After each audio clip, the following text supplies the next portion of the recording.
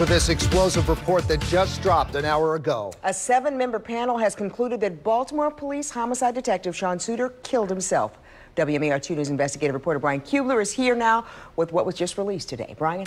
Kelly, this report was 4 months in the making. The 7-member panel, appointed by former and now federally charged Commissioner Darrell D'Souza, was tasked to look into the death of Sean Suiter. Tonight, their final report went public. They convened back on April 12th. The chair of the independent review board very specific on what they were charged to do. We are not going to reinvestigate the homicide, but what we are going to do is do an assessment of what the work that has been done. But even so, this board did render a conclusion. Going against the state medical examiner who determined Sean Suiter was killed, this panel now believes the detective committed suicide. In their 200-plus page report released today, they cited ballistic evidence, the autopsy, and videos like this one for their conclusion. What you're looking at here are the last moments of Sean Suiter's life. It's hard to see, but that is Suiter crouched behind a van before darting into the alley.